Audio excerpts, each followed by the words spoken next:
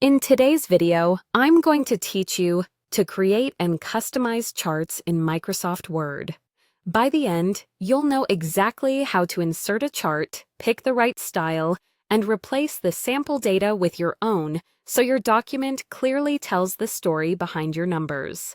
Start by deciding exactly where the chart should appear.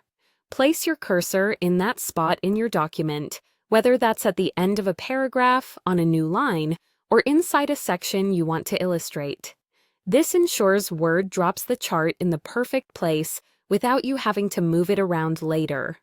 Next, go to the ribbon at the top and click the Insert tab. This is where Word keeps tools for adding visual elements to your document.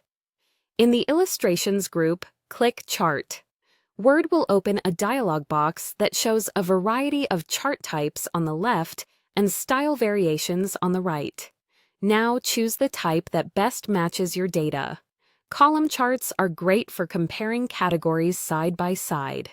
Line charts are ideal for showing trends over time. Pie charts are useful when you want to highlight parts of a whole. Within each category, pick a subtype that suits how many data series you have and how detailed you want your chart to look. When you've made your choice, click OK. Word will insert a chart into your document and open a small Excel-style data window. This is where you customize what the chart shows. You'll see sample labels in the first column and sample values across the top row. Simply replace that sample information with your own. Type your category names in the first column, enter your series labels across the top, and then input your numbers in the grid.